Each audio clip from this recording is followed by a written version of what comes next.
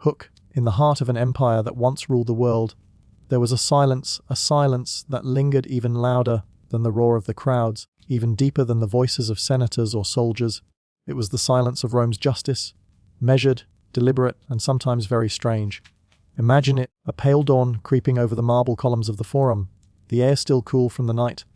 A few sandals echo on the stone. Somewhere, a magistrate clears his throat, and a scroll of laws, heavy with dust and dignity, is slowly unrolled. These were the laws that decided fates. Some were wise, some were cruel, and some were so strange that they felt almost like dreams written by a god half asleep. Here, punishment was not always about pain, but about ritual, spectacle, and symbol, about the empire's endless desire to make meaning out of human mistakes. A man who killed his father might be sewn into a leather sack with a snake, a rooster, a dog, and a monkey, then thrown into the river, as if the elements themselves were judges. Another might be forced to stare at the sun until he forgot his name, and yet another might simply be ignored, exiled into silence so deep that it felt like being erased from time. But tonight, none of this is meant to disturb you. It's only meant to drift, to pass through your mind like the slow movement of torchlight across a marble wall. You are walking the same streets that emperors once walked, but you are not hurried. The stones are warm beneath your feet. Every whisper of history is slower here, softer, dreamlike. So let us begin. Let us wander through the most bizarre punishments of ancient Rome, not as scholars or judges, but as quiet dreamers, falling gently through time, where even cruelty has grown calm and every echo is only a lullaby. Chapter 1. The Forum at dawn, where justice sleeps beneath marble eyes. The first light of morning slid quietly down the pillars of the Roman Forum, like molten gold spilling through the air. There was no rush here, no noise of crowds yet, only the slow awakening of stone. Statues gleamed faintly, their white faces turning warm under the rising sun. You could almost hear the marble breathe. In this stillness, Rome felt asleep and alive at once. The paving stones, smoothed by centuries of footsteps, carried the scent of dust and memory. Somewhere, water trickled from a broken fountain, its rhythm soft, patient, eternal. A dog barked in the distance, and then even that sound disappeared into the open square, swallowed by the vastness of silence. From behind the Basilica Julia, an old man emerged, clutching a small broom made of twigs. He began sweeping the steps, one deliberate stroke at a time. His movements were slow, almost ceremonial, as though he were not cleaning stone but brushing history itself. He had done this for years, decades, perhaps, and yet each morning, as he swept the marble, he still looked up at the statues with a small, cautious respect. They looked back at him, the gods, the heroes, the senators carved in stone. Some had lost noses, others eyes, but still they stood, watching the man sweep beneath them. They were the silent witnesses of Rome's justice, the calm faces that had seen laughter, speeches, blood, and applause. The old man whispered under his breath as he worked, a tune that had no melody, just a rhythm of remembrance. He paused sometimes to glance toward the rostra, where orators once stood before the people, their voices filling the square with laws, promises, and fury. Now only pigeons stood there, heads bobbing solemnly as if they too were rehearsing old speeches. Beyond the Forum, a bell sounded from a distant temple. The sound drifted like smoke through the air, curling between columns, sliding over rooftops. It marked the hour when the magistrates would rise. Soon the judges would come. The scribes would open their scrolls. The guards would line up, bronze helmets gleaming in the light. And the law, ancient, strict, magnificent, would wake again. But for now, Rome still dreamed. A wanderer entered the square. His cloak was pale, his sandals dusted from long roads. His eyes were heavy with sleep and wonder. He walked slowly, tracing the lines of the stones with his gaze as though reading a forgotten language. He had heard stories, whispers carried across provinces, about how Rome judged its people, about punishments so strange that they felt like myths, men buried alive for broken vows, women paraded with ashes on their heads for secrets whispered too loud, soldiers lashed not for failure, but for dreaming of home too often. Yet what struck him now was not fear, but the quiet. The Forum was not a place of terror, it was a theatre after the play had ended. The stage remained, the marble seats waited, but the actors were long gone. Only the ghosts of speeches lingered, wandering softly between pillars. He stopped before a cracked statue, its plaque half erased by time. The man carved there wore a toga and a stern expression. His hand was lifted, pointing toward the horizon. The wanderer could almost hear him speak, his voice rolling through centuries. Justice must be seen to be done. He smiled faintly. Justice, he thought, was like morning light, beautiful, indifferent, and sometimes blinding. Behind him, footsteps echoed. A group of students appeared, carrying tablets and scrolls. Their teacher, a tall man in a worn wool cloak, led them toward the Basilica Aemilia. His voice rose and fell gently as he spoke. "Remember, boys, our law is not born of cruelty. It is born of order. Rome is built on reason, not rage. When a man is punished, it is not vengeance. It is balance restored." The students nodded, scribbling carefully on wax tablets. One of them glanced toward the Wanderer, curious. The Wanderer smiled and turned away, pretending to admire the carvings on a nearby column. He felt a strange peace in their words, even if they were only half true. He had seen balance and cruelty walk side by side before. He had seen Rome's justice stretch beyond mercy and beyond reason. A soft wind passed through the square, carrying with it the faint fragrance of oil lamps and bread from the bakeries nearby. Somewhere, a woman was humming, a tune simple and bright, a song to welcome the day. The Wanderer followed the sound until he reached a small stall beneath an arch. The baker, a stout man with flour on his beard, was arranging loaves in neat rows. He glanced up, grinning. "You're early, traveller. The city isn't awake yet." "Neither am I," the Wanderer replied, smiling faintly. The baker chuckled and tore off a piece of warm bread, offering it to him. "Here, the first loaf is always lucky. They say if you eat before the magistrates speak, their words can't harm you." The Wanderer accepted it, breaking off a small piece. The bread was soft, fragrant, touched with olive oil. He ate slowly, gazing at the rising sun spilling light across the Temple of Saturn, where Rome's treasury slept behind bronze doors. "You've come for a trial?" the baker asked. "No," the Wanderer said quietly. "Only to listen." The baker nodded, as though that answer made perfect sense. "Then you've come to the right place. Rome speaks loudest when she whispers." He turned back to his work, humming softly. The Wanderer sat nearby on a low stone bench. The warmth of the bread lingered in his hands. He closed his eyes for a moment, listening. The Forum began to stir. Chariots rolled faintly in the distance. A pair of guards crossed the square, their armor clinking softly. A woman with a basket of figs passed by, her sandals brushing dust into the air like golden mist. The Wanderer watched the sunlight climb higher along the walls, touching the carved faces of gods. Jupiter's expression glowed with pride. Saturn's eyes seemed wary. Mars, as always, looked ready to speak but never did. And in that light, he imagined what it must have been like centuries ago, when punishment here was not only law, but theatre. When a condemned man's last words might be echoed by thousands. When the crowd's silence was heavier than any sentence. He pictured the magistrate standing beneath the arch, his robes immaculate, his voice calm. Let the punishment fit the act, that Rome remain pure. He imagined the crowd nodding solemnly, as though purity could be measured by pain. The Wanderer wondered if any of those magistrates ever dreamed of mercy. If any had paused before speaking, if any had seen the trembling hands of a child in the crowd, and realized that justice might be as fragile as the parchment on which it was written. He thought of all the lives that had passed through this place. Merchants, thieves, slaves, senators, soldiers, each believing they were part of something eternal, each leaving behind a trace of breath in the dust. He ran his fingers along the edge of the bench, tracing faint inscriptions half buried in time. Names, dates, fragments of words. One word was still clear, memoria, memory. He whispered it to himself, feeling the syllables fade like smoke. Above him, the marble eyes of the statues seemed to glimmer faintly in the sunlight. Perhaps it was an illusion. Or perhaps, in this city, nothing truly slept, not even justice. The Wanderer stood, pulling his cloak tighter. The day had begun, and Rome was waking. Voices rose across the Forum, steady and rhythmic. The first trials would soon begin. But he would not stay to watch. He preferred this quieter Rome, the one that existed before the scrolls were read and the judgments announced, the Rome that breathed between sentences, the Rome that dreamed while pretending to wake. As he walked toward the archway that led to the market, he looked back once more. The sun now rested fully upon the marble faces, turning them gold. The old man still swept the steps in slow, patient strokes, and for a moment everything, the city, the law, the silence, felt perfectly balanced, the kind of balance that doesn't need justice, only stillness, only light, only time. Chapter 2a, The Law of Beasts and Gods, How Rome Made Punishment a Ritual. When the morning sun had risen fully above the temples, the marble of the Forum burned with light. The statues that had seemed half asleep before were now dazzling. Every crease of the togas, every stern line of a carved face thrown into sharp relief. But the Wanderer had already left that brightness behind. He walked slowly along the edge of the city, following the shadowed corridors that led away from the Forum, and toward the ancient amphitheater of judgment, the place where Rome's law once spoke in the language of spectacle. Here, punishment was not whispered, it was performed. The streets were quiet except for the sound of his sandals brushing dust.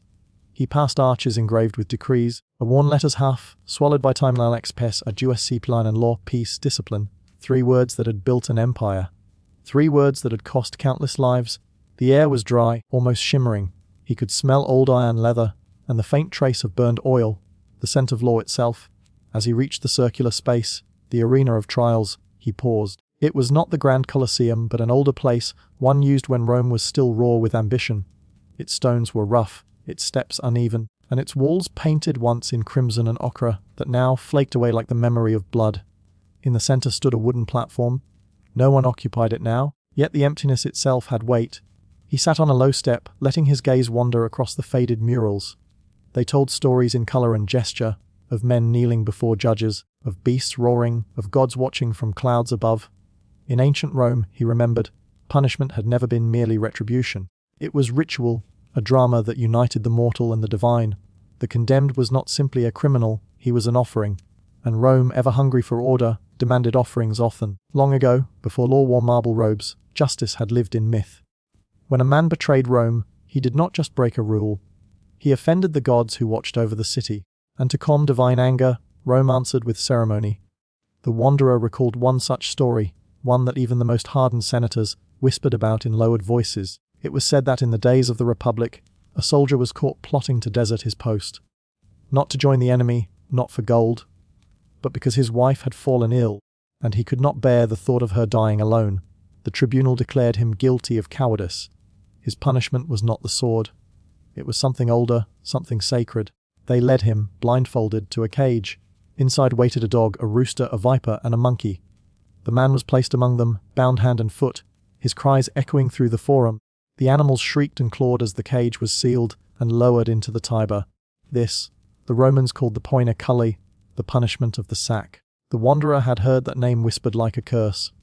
To be drowned among beasts was to die as less than human. Cast out from the order of Rome, beyond the reach of gods and men alike, it was perhaps the cruelest mercy ever devised. And yet, to the Romans, it was not cruelty at all. It was balance. The man had broken the thread that tied family, duty, and state. Now that thread had to be cut completely, so the city could remain whole. Rome did not weep for the punished. Rome purified itself through them. The Wanderer rose and began to walk around the edges of the arena, tracing the outlines of the murals with his eyes. Here, a painted figure knelt before a priest, hands lifted. There, a magistrate held a scroll aloft, declaring sentence before the crowd. Justice in this place had been both performance and prayer. He imagined the voices rising, thousands murmuring as one, the smell of incense, the metallic tang of iron, the heat of midday pressing down like divine judgment itself. A priest of Jupiter would lift his hands and call the gods to witness. A herald would recite the crime, and when the punishment came, it was not shouted, it was sung. For the Romans, each act of pain had to mirror an act of cosmic order. A thief who stole from the temple was stripped of his clothes and paraded, his shame balancing his theft. A liar in court was forced to wear the cappa falsa, a hood dyed red, symbolizing the stain of deceit.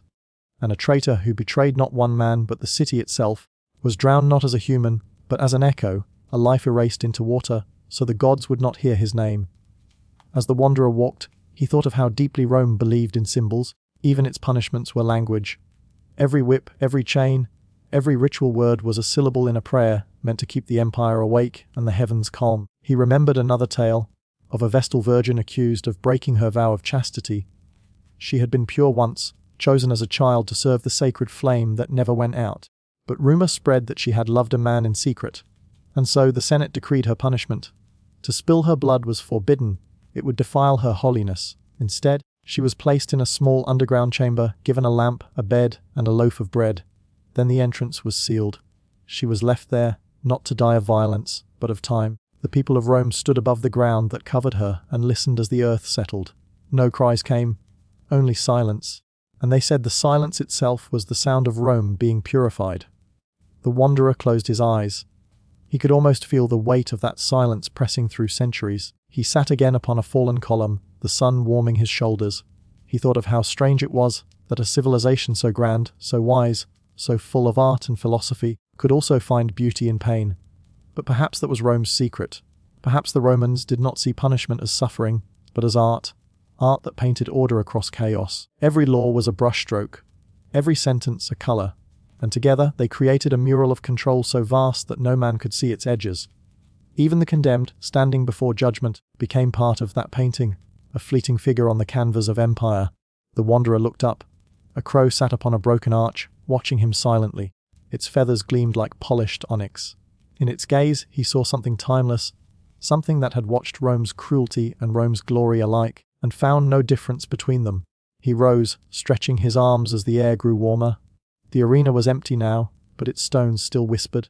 He could almost hear the faint echo of chains, the murmur of priests, the rustle of togas in the crowd. Even the wind here seemed rehearsed, carrying the ghost of ritual. As he turned to leave, he passed a small inscription carved into the wall near the exit.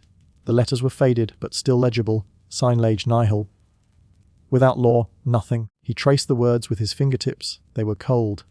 And yet, there was a strange tenderness in them, like the touch of someone who believes deeply, even when belief hurts. He stepped out into the sunlight. The city was stirring now, the clatter of wheels, the hum of voices rising like the tide. Somewhere, a herald's voice rang out, announcing the day's proceedings. Somewhere else, a child laughed. Life continued as it always had, balanced perfectly on the thin thread between justice and mercy. The wanderer paused and looked back once more at the shadowed arena. Rome's punishments were gone now, buried beneath centuries of dust and legend. But their rhythm remained, in the way the city moved, in the way it believed in order above all. Even now, Rome slept beneath the same law, its people walking quietly through rituals they no longer understood. Every prayer, every rule, every whispered confession was a descendant of those old ceremonies. The wanderer smiled faintly. Perhaps that was Rome's greatest punishment of all, to live forever, repeating its own rituals long after it had forgotten why.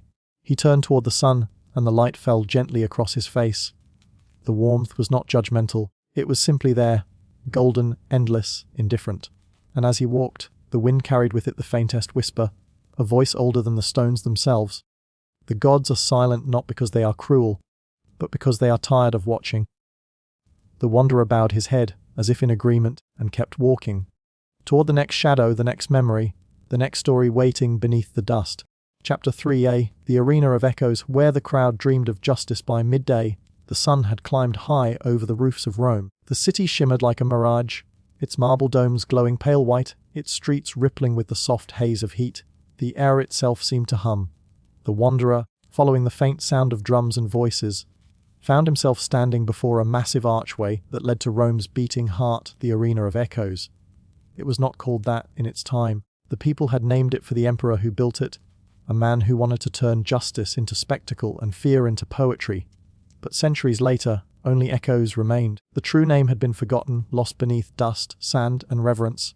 The wanderer stepped inside. At first, the silence was almost holy. He could hear only the wind sighing through the tunnels, brushing against ancient stone. The corridors smelled of iron and faint ash, a scent that lingered even after 2,000 years, as if Rome's memory itself refused to fade. He walked deeper, his footsteps soft against the worn ground. The arches above him curved like the ribs of a giant creature, one that had devoured countless lives in the name of order, of law, and yet it was beautiful. The walls, once painted in vivid frescoes, were now faint outlines of color, faded reds, sunburnt yellows, ghostly blues. He traced his hand across a fragment where an artist had once painted a victorious gladiator. The man's eyes were confident, but there was sorrow hidden in the brushstrokes. The painter had known, perhaps, that victory in Rome was only another kind of death. When he stepped into the open, the sunlight was blinding. Before him, the grand oval of the arena stretched endlessly, tier upon tier of seats curving upward like a vast stone wave. In the center lay sand, soft, pale, almost golden, shifting slightly in the wind. It looked peaceful now, but he knew that once it had been soaked with blood. He stood there for a long moment, letting his gaze travel upward. The echo of a crowd still seemed to hang in the air, murmuring, restless, waiting. He could almost hear it, the low hum of thousands breathing as one, a sound like the sea preparing to break, and then the voice of the herald, deep, measured, ceremonial. Cives Romani, citizens of Rome, the shout that once opened every trial of the flesh. The wanderer could almost see it, the emperor seated on high, shadowed by silken awnings. his hand resting lazily on the arm of his chair. Below him, the crowd shifting, leaning forward, every face glowing with the same hunger not for cruelty, but for certainty. That was the secret of Rome. Its people did not crave pain, they craved order. In the arena, justice was not debated, it was made visible. When the condemned stepped out into the sun, the law took on human shape, and when the crowd shouted, they were not baying for death. They were praying for clarity, for the world to make sense for one perfect moment. The wanderer closed his eyes. He could hear it all, the muffled heartbeat of drums, the flutter of banners, the rustle of the emperor's robe. A single gate creaked open. From the shadow beneath the stands emerged a figure, a man, bare-chested, hands bound, eyes squinting against the glare. He walked slowly, his feet sinking slightly into the sand. Behind him, 2 soldiers stood like statues, faces expressionless. Somewhere, a priest raised his arm. He murmured words to Jupiter, to Mars, to justice. The crowd fell silent. Even the wind seemed to pause. The man lifted his head, his lips moved a prayer, perhaps, or a farewell. Then, from the opposite gate, came the sound of chains. A lion, ribs gleaming, mane ragged with heat, stepped into the light. The arena exhaled. The wanderer did not see blood, only dust. A slow golden cloud rising, shimmering in the sunlight. It drifted upward, caught in the heat, glowing like incense smoke. And for a moment, it was beautiful. Too beautiful. Rome's justice, the wanderer realized, was not built on cruelty but on theater. On the need to see the invisible forces of right and wrong turned into movement, sound, ritual. When the lion leapt, when the sand shifted, when the crowd gasped, all of it was part of a sacred rhythm. The empire believed it could balance itself through such moments. 1,000 small sacrifices keeping the gods quiet, the streets orderly, the empire intact. Justice was not about who was right or wrong. Justice was about silence, about making sure no question remained unanswered. And so Rome answered everything, even with blood. The wanderer began to move, his steps slow, as if walking through a dream. He climbed the lower tiers, passing broken seats where ivy crept like veins. He could almost see them, merchants leaning forward, children perched on laps, senators whispering judgments, lovers stealing glances while pretending to pray. Even here, in the shadow of death, Rome was alive. It was not horror that filled the stands, but routine, the strange, solemn peace of a world that had accepted its rules. For every man punished, there was a man redeemed. For every crime ended, another day of quiet began. The wanderer paused at a higher level, where the emperor's seat had once stood. From here, the arena looked vast and unreal, like the inside of a sleeping god's eye. He imagined the emperor, his hand raised, deciding fate with a flick of his thumb. The gesture that had launched 1,000 myths up or down, life or death. But the truth, the wanderer thought, was gentler.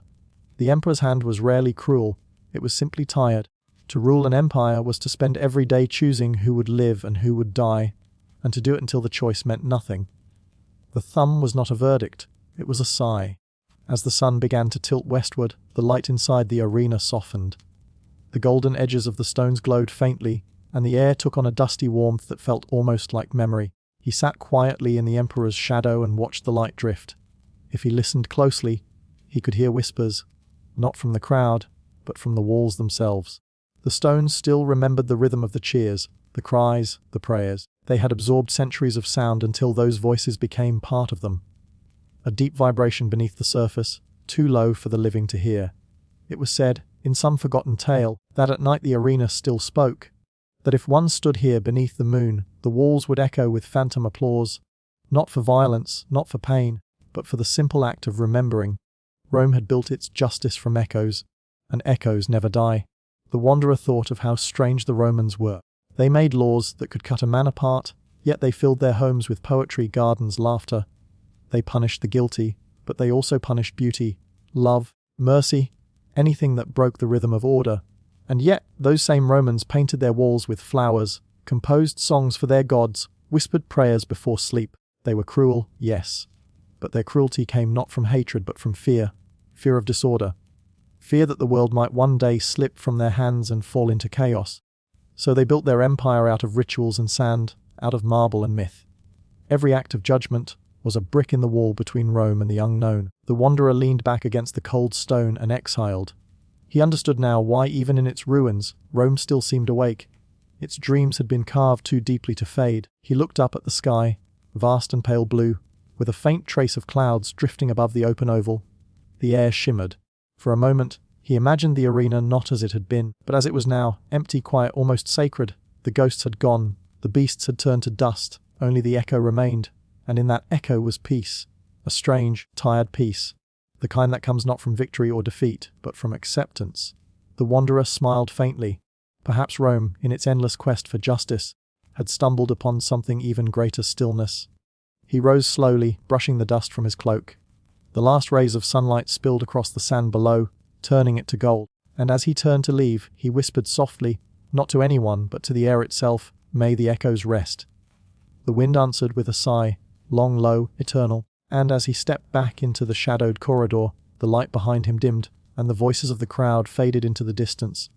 Not gone, but dreaming, the arena of echoes slept once more, its silence deeper than justice, its memory endless. Chapter 4. The Cell of Whispers, where walls remember every cry. There are places in Rome where sound never dies, it only softens. Beneath the marble streets, under the temples and marketplaces, beneath the feet of senators and slaves alike, lie corridors that have not felt the warmth of sunlight for 2,000 years. The air there is thick, still, and moist, with the sigh of centuries, of phalanxeries. Once, these passages were part of a prison complex, built not merely to hold the condemned, but to teach silence, to shape it, to carve it into men's bones. It was said that in these cells the punishment was not the whip, nor the chain, but the echo. Oh. A single sound, the clink of a chain, the fall of a drop, the slow drag of breath, could last forever. The walls, curved like the inside of a skull, would return it endlessly, again and again, until it no longer sounded like a man at all, but something older. Something older, something that remembered. The wanderer enters through a narrow stone arch, the flame of his small lamp trembling against the walls. The air feels heavy, as if filled with invisible dust that clings to his thoughts. Each step he takes is swallowed by the earth. There are carvings faintly visible in the plaster, scratched by nails, by time, by those who once waited here. Lines that form no words, only gestures. Circles, spirals, perhaps the outlines of faces. It is hard to tell whether they were drawn in fear or boredom, perhaps both. In the first chamber, a single iron ring still hangs from the wall. The stone beneath it is darkened, not by blood, but by the endless rubbing of hands. Generations of touch, despair turned into a polished smoothness. It gleams faintly in the lamplight, like a relic of something holy and terrible and terrible. The wanderer runs his fingers across it, cold, perfectly cold, and as he listens, he hears what he first believes to be water dripping. But then, no, it is slower, softer. It is the sound of breath. For a moment, he thinks he is not alone. The air behind him stirs. He turns, the flame trembles, but there is nothing there. Only a whisper, barely audible, like the sigh of someone turning over in their sleep. The deeper he walks, the more the silence changes. It becomes structured, rhythmic, almost musical. There are faint grooves in the floor, the traces of chains once dragged by the ankles of men long forgotten. He imagines them, philosophers condemned for words, soldiers for defiance, lovers for betrayal. And each, perhaps, learning in this darkness what Rome truly valued, obedience through stillness. The punishment, they said, was called the lesson of echoes. A man would be left alone in complete darkness, with only the sound of his own breathing. Days would pass, then weeks, until he no longer trusted the difference between his thoughts and the voices that the walls sent back to him. Some prisoners prayed to the gods, others prayed to the walls. The wanderer stops beside a narrow doorway that opens into another chamber, smaller, rounded like a womb. At its centre lies a low stone seat, barely shaped, worn smooth by use. The ceiling curves above it, like a half-dome. If you whisper in this place, even the softest syllable returns perfectly to your ear. He tests it. He says one word, tempus, time. The sound rolls around the chamber and returns to him stretched, slower, as though spoken by someone else far away. Timum, pos. He closes his eyes. For a long while he only breathes. Every sound here, his pulse, his breath, even the faint hiss of the oil in his lamp, repeats and repeats, merging into a trance of rhythm. The silence is not empty. It is full of memory, full of echoes that never died. A lullaby for the condemned. Lullaby for the condemned. A song of justice falling asleep.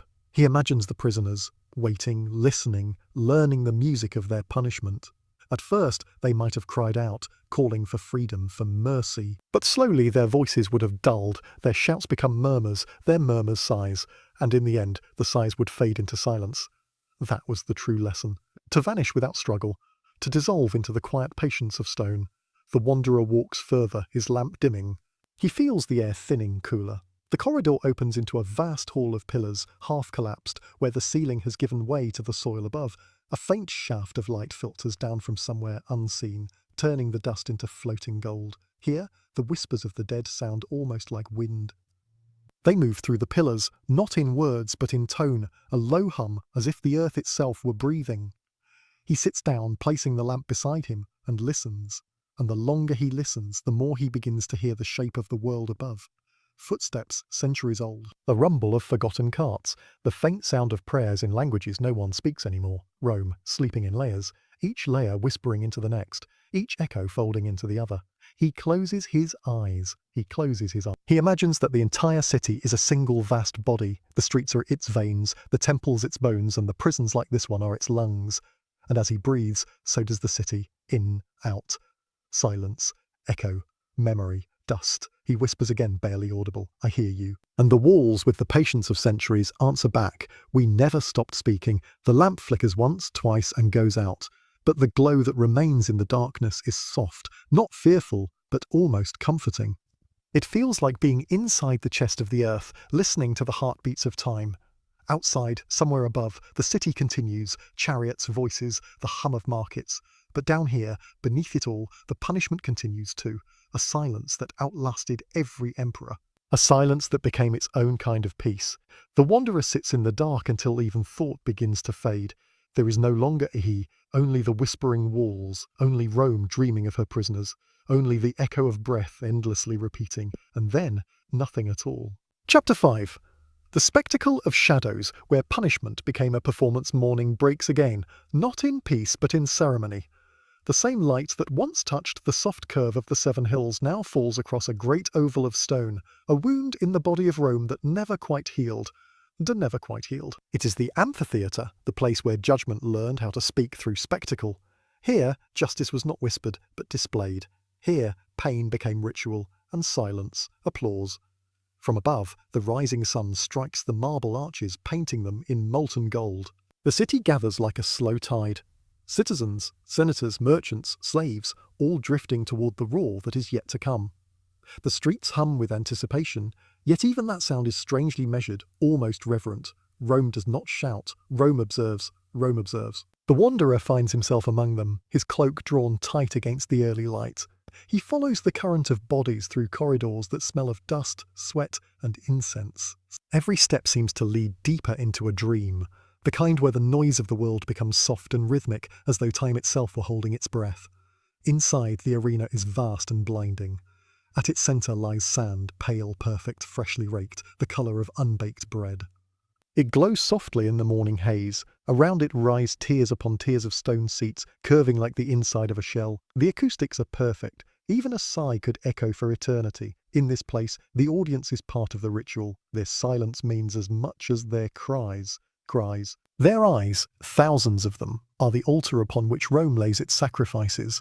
Long ago, this was where emperors tested loyalty, not just of men but of meaning. Every execution, every punishment was a sermon, and the people came not only to see death, but to be reminded of life, orderly, lawful, controlled. At first, the punishments were simple. A thief might be lashed, a deserter beheaded. But Rome's hunger for form, for grandeur, soon demanded more. Justice became theatre. Condemnation became art. The wanderer watches as the first figures enter the sand. They move slowly, deliberately, men in masks, their faces painted white with lime, their robes dark as the inner walls of a temple. They are the attendants of the spectacle, keepers of the law's performance. Behind them, 2 prisoners are led forth. Their steps are steady, almost serene. They have already accepted that the eyes of Rome are the last sky they will ever see. The crowd is quiet. Even the air feels thick, holding the weight of 1,000 thoughts. One of the masked attendants raises a hand. The sunlight catches on the blade of his short sword. The other sprinkles fine dust upon the ground. A purification gesture. The act is slow, deliberate, almost beautiful. Then, for a moment, nothing happens. A stillness so complete descends that the wanderer feels he can hear his own pulse. The sand glows. The prisoners breathe, and somewhere above, a banner flutters lazily in the wind. Crimson against the pale blue sky, when the strike comes, it is almost gentle. A movement practiced, efficient, graceful. There is no scream, only a soft, wet sound, the fall of a body, the sigh of dust rising into the air. The crowd exhales together, a single body made of 100,000 lungs. Then, as if released from enchantment, the noise begins. Applause, murmurs, the low rhythm of conversation. Not excitement, not cruelty, but something colder. Approval. Rome has seen justice done. The wanderer looks around him. Face is calm. Hands clasped. Children eating figs, watching quietly. An old man reciting verses of law as though repeating a prayer. Here, death is not chaos. It is symmetry.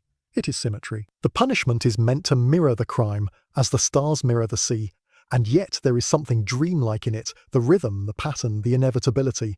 As the day wears on, the spectacle grows more elaborate.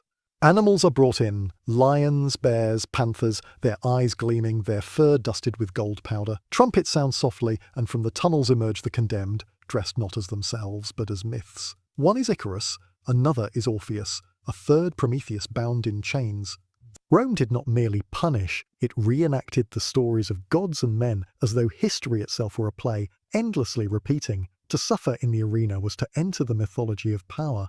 The wanderer watches Icarus, the man condemned for theft, as he stands on a high platform, wings made of wax and feathers strapped to his arms. The crowd leans forward, knowing already what will happen, and yet still enchanted by the moment before. When the fire is lit beneath him, and the feathers begin to curl, there is no panic. Only a slow, graceful descent into the inevitable. The smoke rises in spirals. The feathers fall like snow. The audience sighs. In another life, perhaps, this man would have been a poet. But here, he is part of a ritual. The merging of myth and justice, art and death. The wanderer's mind drifts. He begins to see the patterns in the sand. Circles within circles, footprints and blood mingling like watercolours. Each act, each fall, each silence folds into the next. The amphitheatre becomes a breathing organism. The crowd, the sand, the sun, all pulsing together in time. A slow heartbeat of empire. Somewhere near the imperial box, a priest raises incense. The smoke curls upward, carrying with it the scent of myrrh and charred oil. It mingles with the dust, with the faint iron tang of blood, with the perfume of the wealthy watching from shade. Rome in its fullness smells like this, a blend of holiness and decay. By the afternoon, the wanderer feels almost drowsy. The endless repetition of movement, sound and silence has become hypnotic. The cheering, once harsh, now feels like waves on a shore. Predictable, rhythmic, distant. He closes his eyes for a moment. Behind his eyelids, he sees the sand turn to gold. The prisoners become statues. The lions dissolve into mist. Everything becomes one single, slow image, a city dreaming of its own perfection. Even cruelty has rhythm. Even death has symmetry. When the sun begins to lower, the final act is announced. The gates open, and from the tunnels below comes a chariot. Black wood, gold wheels, drawn by white horses whose manes shimmer with dust. Upon it stands a masked executioner dressed in crimson, holding a curved blade. The crowd falls silent again. Every punishment, Rome believes, must end in silence. The wanderer watches the blade rise and fall, gleaming once in the setting light. Then the sound of the final breath, the sigh of sand disturbed, the faint flutter of banners in the cooling wind. And just like that, it is over. So the people begin to leave, orderly, calm, their faces serene. Children sleep against their mothers' shoulders. Merchants discuss dinner. Senators exchange quiet words about taxes, politics, poetry. The amphitheatre empties like a lung exhaling. When the wanderer remains alone in the stands, the silence that returns is almost holy. The sand below glows faintly in the last light. A few feathers drift across it. A single drop of oil burns on the altar by the emperor's seat. In the distance, the bells of evening temples begin to toll. And once again, the city breathes, slow, vast, unending. He stands, looks down at the arena, and whispers to himself. Even punishment can dream. Then he turns to leave, his footsteps echoing softly in the empty stone, like the fading applause of ghosts. Chapter 6. The architect of shadows, where Rome built beauty from suffering the city, has quieted again, but not for long. When Rome sleeps, it dreams in marble, and in those dreams beauty and cruelty share the same breath. The wanderer walks through the evening streets, the same streets that once roared with the fever of spectacle, and now lie washed in gold, as if the day itself has been forgiven. The shadows are long, their edges softened by dust. Columns rise beside him like the trunks of ancient trees. Statues stand in niches, their faces lit by the last trembling light. He begins to understand something that all Romans must have known, that every stone here was once an act of faith or punishment. That architecture in this city is not a creation, but a confession, for it was the same hands that built the prisons that built the temples. The same engineers who designed cages for beasts also designed aqueducts that carried water like veins of silver through the empire. The same geometry that measured the angle of the cross also measured the arc of a dome. Rome was an architect of opposites, and its greatest design was not a building, but the illusion that beauty could redeem cruelty.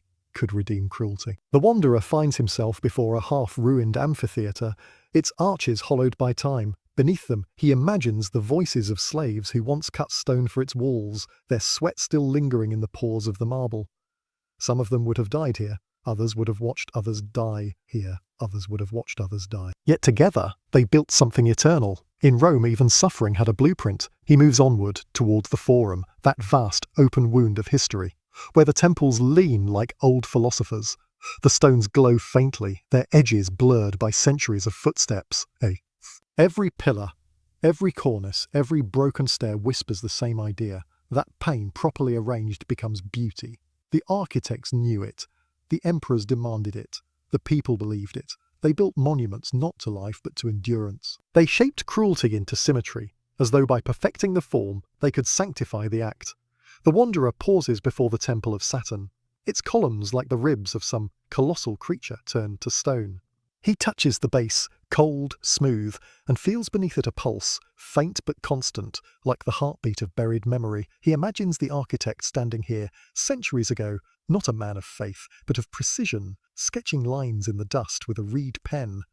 He would have seen the prisoners dragging the blocks, the overseers shouting, the whips cracking, and yet, in his mind, he was already hearing the proportions, the harmony of stone, the rhythm of arches, the music of endurance. Perhaps the wanderer thinks the architect was not cruel, only obedient to the idea that beauty must cost something.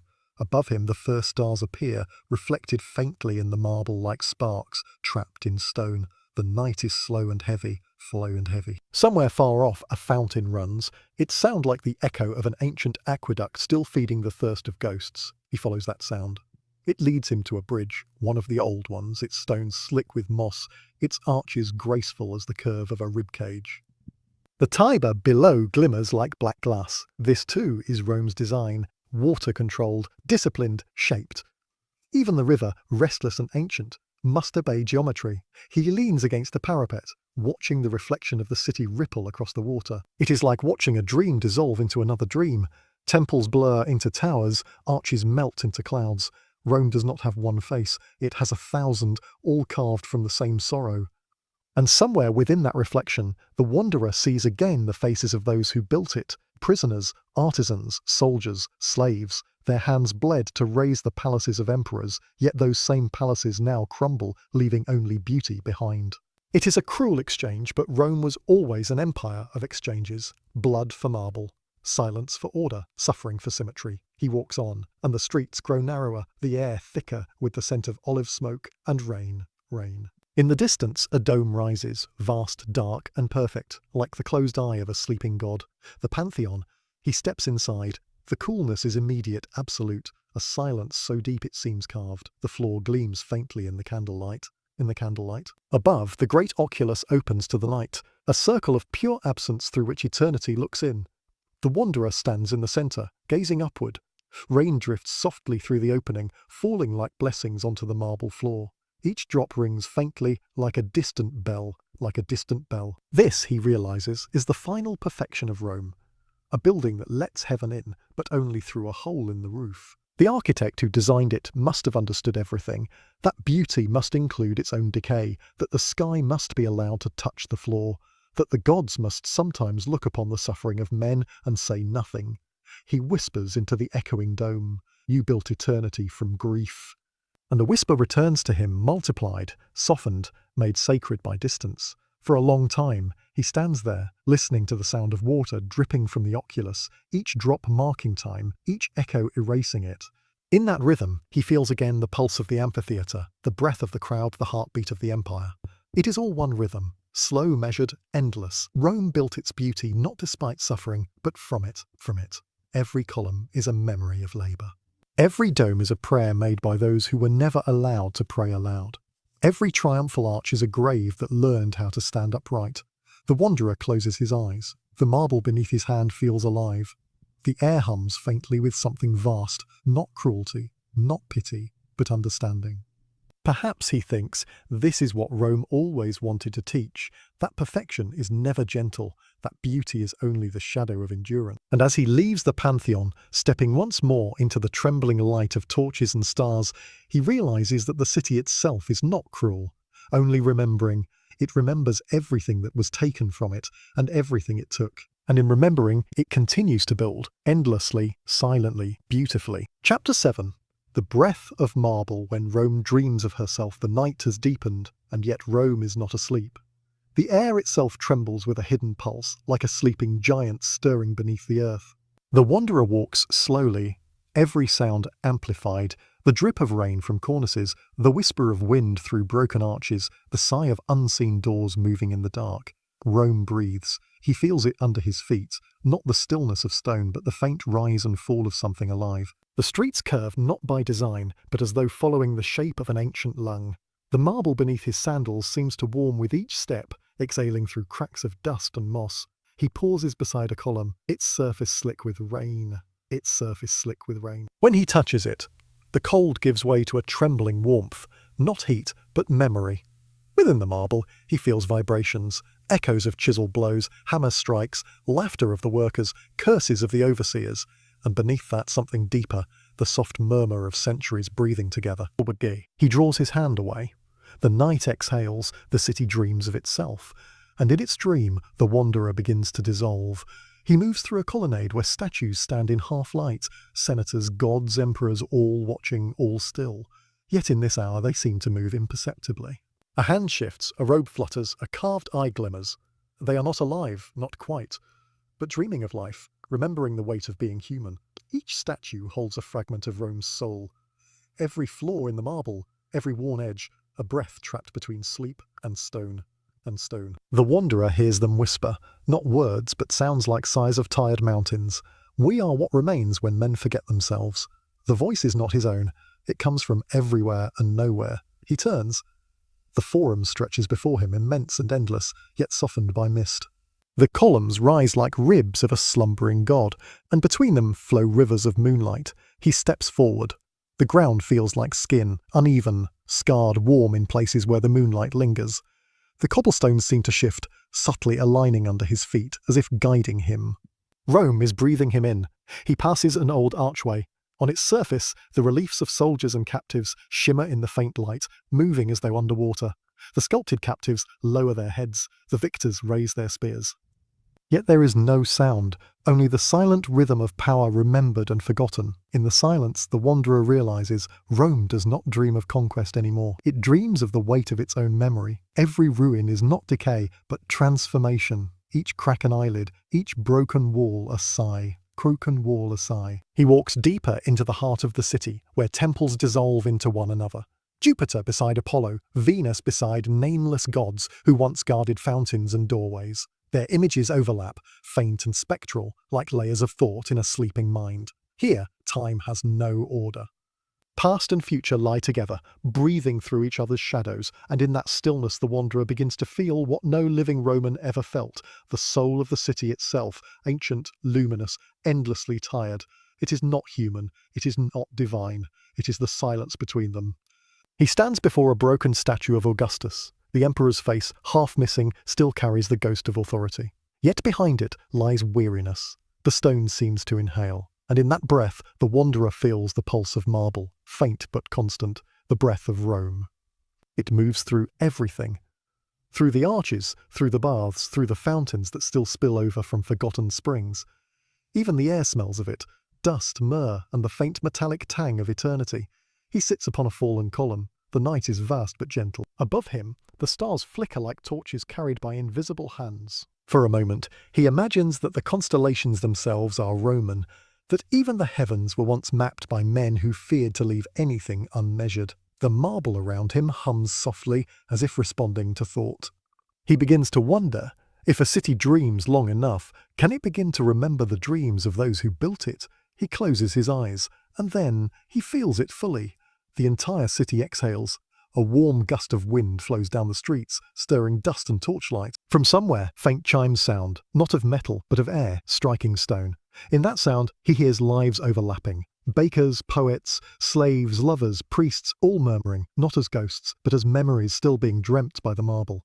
The stones remember touch. The statues remember faces. The statues remember faces. The temples remember prayers. The city is not dead. It is dreaming of every moment it has ever lived. He opens his eyes, and for a heartbeat, the forum changes. The ruins rise, columns reassemble, fires flicker to life, voices fill the air. Voices fill the air. The marble glows warm and alive, wet with sweat and sunlight. Rome stands again, not as history but as breath, vibrant, radiant, and impossibly real. Children run across the stones. Women carry baskets of figs. Priests chant in the distance. The wanderer watches as a senator passes, robes whispering, and above them all the marble buildings inhale the morning light, the same breath that now passes through time into this endless night. He does not know how long it lasts. Perhaps seconds, perhaps centuries. Then slowly it fades. The light collapses back into shadow. The people dissolve into mist. The city returns to its sleep. But something lingers, a rhythm, slow and eternal, like a heartbeat beneath the earth. Rome still breathes, and now, so does he, the wanderer stands. His reflection moves upon the marble floor like smoke. He understands that he is no longer merely walking through the city, he is within it. A vein, a sigh, a particle in the breath of something greater. The silence deepens again, but it is no longer empty. It is alive, vast, sentient, compassionate in its weariness. As he walks away, he hears the marble murmur one last time, soft as prayer. We dream so that you may remember. And the night folds around him like a closing eyelid. Rome sleeps again, but now its dreams have a pulse, a name, a breath that never ends. Chapter 8. The city that sleeps in light when dreams become monuments dawn does not arrive suddenly in Rome. It seeps. Like honey poured slowly over marble, the first light rolls gently through the cracks of the night. It finds the broken edges of statues, the hollowed steps of temples, the faint carvings left by long-forgotten artisans, and in its golden touch, everything begins to breathe again. The wanderer stands at the edge of the forum, where shadow meets the new light. He has not slept, yet he feels as though he has been dreaming for centuries. The air is cool, laced with the scent of wet dust and old incense. The city is silent, but not dead. Every stone seems to wait, to listen. Above the sky glows the colour of pale marble, streaked with rose and faded gold. It feels as if the heavens themselves are remembering, the same way the walls remember prayers and the river remembers footsteps. Rome wakes slowly, not with movement, but with illumination. The statues gleam, their faces, once lost to darkness, now shimmer faintly, as if the sun is painting them back into existence. Columns glisten like frozen waterfalls. The Tiber below glows faintly, turning its slow ripples into mirrors of molten bronze. The wanderer walks, softly, barefoot now. He cannot remember when he removed his sandals. The stones beneath his feet are smooth, strangely warm, like the surface of a living thing. Everywhere he looks, light replaces shadow, not by banishment, but by embrace. The two melt together, blending until the ruins shimmer in a dreamlike glow. In that haze, he feels the city breathing again, the same deep, timeless rhythm he felt in the night, but now it is awake, though still half dreaming. Rome has opened its eyes not to see, but to remember what it once was. The wanderer turns towards the Palatine Hill. The steps are steep, carved unevenly by time and countless feet. Each stone is worn into the memory of thousands of mornings, emperors rising to greet their empire, slaves carrying torches, poets whispering verses to the dawn. As he climbs, he feels them again. The murmurs beneath the surface, the endless hum of centuries. Rome is speaking, not in words, but through rhythm, a pulse of memory flowing from every monument, every grain of dust. When he reaches the summit, the view unfolds like an ancient painting. Come along. The city lies below, wrapped in the soft mist of dawn. Temples, arches, domes, all glowing as though carved from light itself. The air trembles with warmth. It is not morning yet, but something gentler, older, a breath between time and eternity. He realizes then, Rome is not awakening from a dream. Rome is the dream. Every ruin is a fragment of that dream, each stone a frozen moment of divine sleep. The city does not die because it never truly wakes. It dreams forever, building itself anew with every century that fades. The wanderer stands still, the wind brushing his clothes. He watches as the sun rises fully, its rays spreading across the rooftops like slow-moving fingers of gold. And everywhere the light touches, the city changes, not visibly but in essence. The columns stand straighter. The statues lift their faces. The walls seem to sigh, relieved. The light does not merely illuminate, it remembers. It fills every crevice with warmth, as if acknowledging each story ever lived here.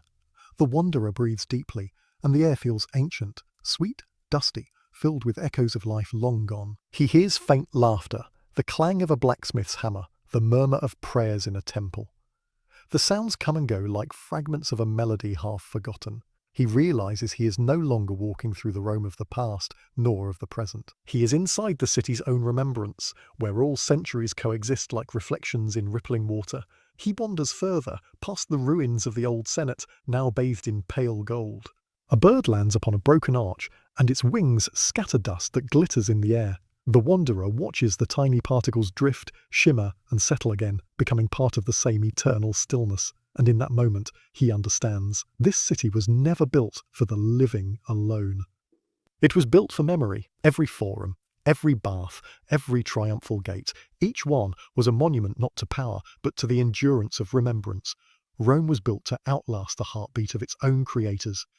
He feels it now, moving through him like sunlight through thin silk, the realization that the marble remembers him too, that his presence, his footsteps, his thoughts are being absorbed into the slow dream of the city. Somewhere below, a fountain begins to murmur. Its water catches the light, throwing soft reflections upon a nearby wall. For an instant, the wanderer sees his own image there, faint, transparent, shimmering like the echo of a soul. But even as he watches, the reflection changes. It hardens. It begins to take the texture of plaster, of stone. The light thickens around it. His breath slows. His heartbeat fades. He feels the world becoming still. He looks at his hands. They are turning faintly pale, their outlines softening into marble. Yet there is no fear, only peace, the kind that belongs to ancient things. He is not dying. He is staying. Rome has drawn him in, not as a man, but as memory. The city, in its endless dream, has found a place for him. Perhaps in a shadowed archway, or the curve of a column, or the whisper of dust that clings to sunlight. He will remain, not as a story told, but as a breath within the city's eternal inhale. And somewhere, deep in that great and silent heart, the marble murmurs to itself, soft, endless content. Every life that passes through me becomes my own. The wanderer's final thought dissolves into the sound of water. He no longer remembers where the city ends and he begins. He feels only warmth, the golden calm of light that never burns, the stillness of history that never ends. Rome sleeps in light, and he sleeps with it. The city breathes once more. Vast, eternal, filled with soft whispers that rise like incense toward the brightening sky. Each whisper a name, each name a memory, each memory a monument made of dream. And when the full sun rises over the 7 hills, the ruins gleam as if newly built, silent, timeless, waiting to dream again. The wanderer is gone. But in the marble's faint reflection, a shadow remains, breathing, luminous and endless. Rome remembers, and so forever does he. Chapter 9. The eternal return. When every dream finds its mirror, the light has already risen over Rome, but it feels as though the dawn has never ended. It hangs there, golden, suspended, unmoving, like a thought that refuses to finish. And in that endless, tranquil light, time itself begins to bend. It curves softly, invisibly, until what was morning becomes memory, and what was memory becomes morning again. The city sighs, not with breath, but with movement, slow, circular, inevitable. The dust rises, settles, and rises again. The wind drifts through the colonnades like an echo that has forgotten its source. Somewhere, unseen, the Tiber murmurs, the same sound it has spoken for centuries, a song that carries the rhythm of returning. Its ripples reflect the light like shards of 1,000 suns, each fragment a moment of Rome that was, that is, that will be again. The wanderer, or the shadow that remains of him, stands where light and stone merge into one colourless eternity. He no longer feels his body. He no longer remembers whether he is awake or dreaming. He only feels movement, slow, gentle, circular. The same street he once walked through dust now winds before him again, exactly as before. Yet not the same. The baker's stall returns, the scent of bread rising faintly in the golden air. The woman carrying amphorae passes by once more, her face blurred by light, her expression serene and eternal. Children's laughter drifts softly through the market, like a memory half heard in sleep. Each thing repeats itself, yet each feels new, as if the city were rehearsing its dream. Every motion, every whisper, every glimmer of sun on marble is both ancient and immediate, time looping like a gentle breath. Rome does not move forward, it breathes in circles. Its heart is not made of stone, but of repetition, a pattern carved by centuries that never truly pass. The wanderer, now almost translucent in the sunlight, begins to walk again. His footsteps leave no trace.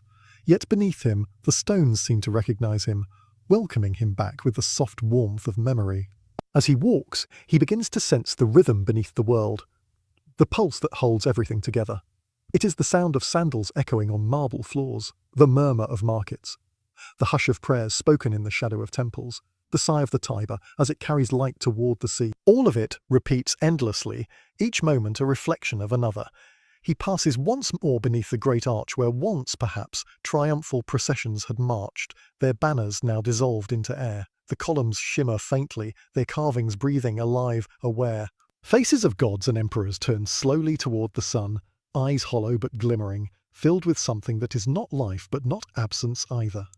The wanderer lifts his gaze. Above him, birds spiral in the same lazy circles as before, their shadows gliding over marble and ruin. For a moment, he feels the dizzying sense that he has seen this sky before, not once, but infinitely. Each dawn, each cloud, each glint of light upon the city's domes is part of an endless returning.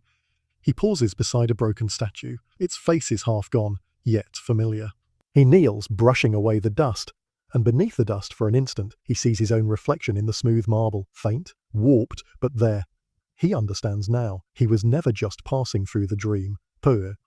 He was the dream, one of its many reflections, born to appear and fade and appear again. The city, too, knows. It hums softly around him, its silence deeper than any voice. The same light that woke the statues now folds around him like a gentle hand. It does not erase him, it restores him, placing him once again within the pattern, the eternal circle of Rome's breathing. Every city of men fades, but Rome in its sleep endures, not because of conquest or empire, but because it dreams without end. Every ruin, every face, every echo returns. Every dream finds its mirror. He looks toward the horizon, and the hills shimmer like the surface of a golden mirror turned to the sky. The air bends. The sound of distant voices begins to rise, first faint, then layered, as though thousands of years are speaking at once. He hears poets reciting to marble courtyards. He hears soldiers chanting beneath torchlight. He hears lovers whispering between columns. And then he hears nothing but the slow, rhythmic breath of the city, vast and eternal. The light grows brighter until everything, streets, temples, faces, sky, becomes one colour, pale gold. The world dissolves into warmth. The wanderer stands in the centre of it, or perhaps only his shadow does. He opens his hands, feeling nothing but air, and yet that air is heavy with centuries. He closes his eyes. When he opens them again, he is at the beginning. The same street, the same rising light, the same dust dancing through the same golden air. A baker opens his shop. Children run past, their laughter echoing faintly. The smell of bread mingles with the scent of stone and rain. The wanderer smiles, though his lips no longer move. He knows this moment. He knows what comes next. He knows the city will repeat itself forever, and he will walk it forever, not as punishment, but as peace. Because eternity is not endless distance. It is one moment lived perfectly, again and again, until it becomes light. The Tiber glows in the distance, winding like a silver thread through the dream. The hills shimmer, the sky trembles with memory. And somewhere in the dust a soft voice, his own or Rome's, murmurs like a prayer half remembered. We were never meant to wake. The wind moves, the scene folds upon itself. The first dawn begins again, the same as it ever was, and always will be. Rome sleeps. Rome dreams, Rome remembers. And within that golden breath between centuries, every dream finds its mirror, reflecting, returning, shining quietly in the endless circle of light. Epilogue. The dream that does not end the night returns, though no one sees it arrive. It does not fall upon the city like a curtain. It gathers gently, like breath returning to a sleeper's chest. The golden air fades into silver, then into blue, and the streets that glowed in daylight now hum faintly beneath the moon, soft, ancient, unhurried. Rome sleeps again. But even in its sleep, it breathes. Every stone exhales memory. Every shadow carries the scent of centuries. And if you listen closely, if you let your mind grow quiet enough, you can hear it, the sound of marble remembering light. Somewhere beneath the earth, where tunnels coil like forgotten thoughts, the bones of emperors lie beside the dust of beggars. Their dreams mingle in silence, no longer divided by power or pride.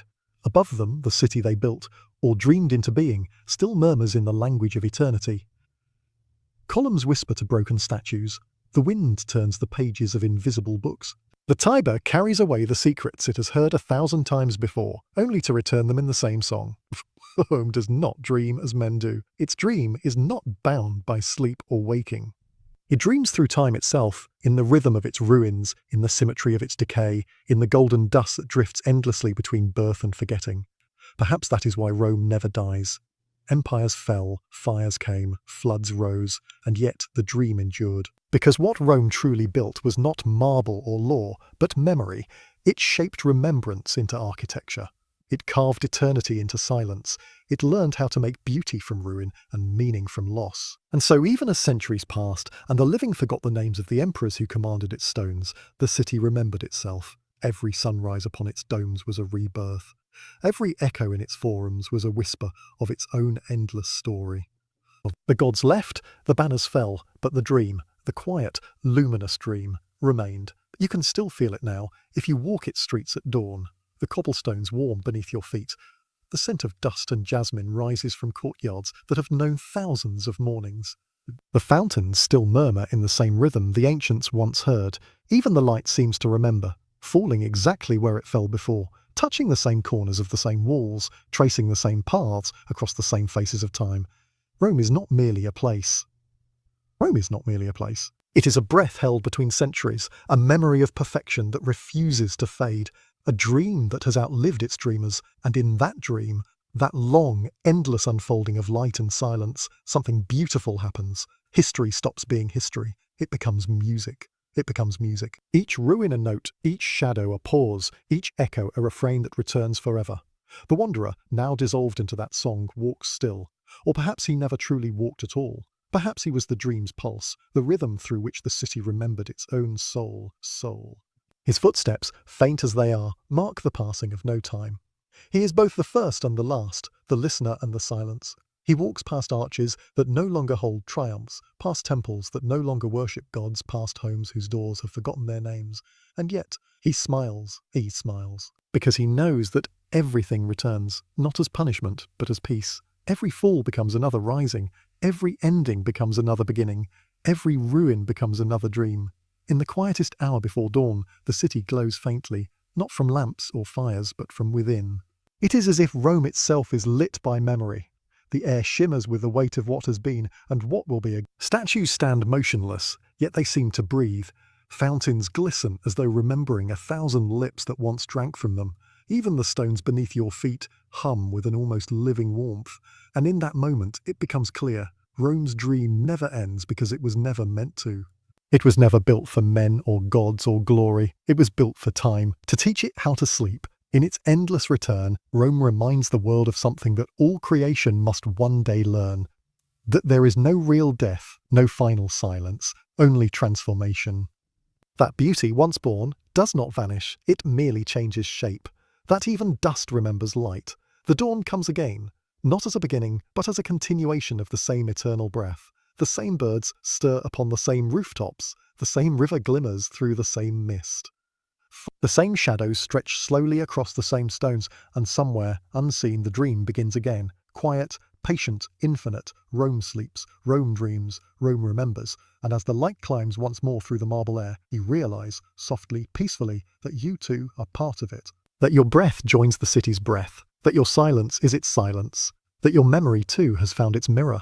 And so the dream continues, forever returning, forever glowing, forever asleep in light. The city breathes, the light deepens, the dream unfolds again. And somewhere between the echo and the dawn, Rome smiles, because it has never truly stopped dreaming.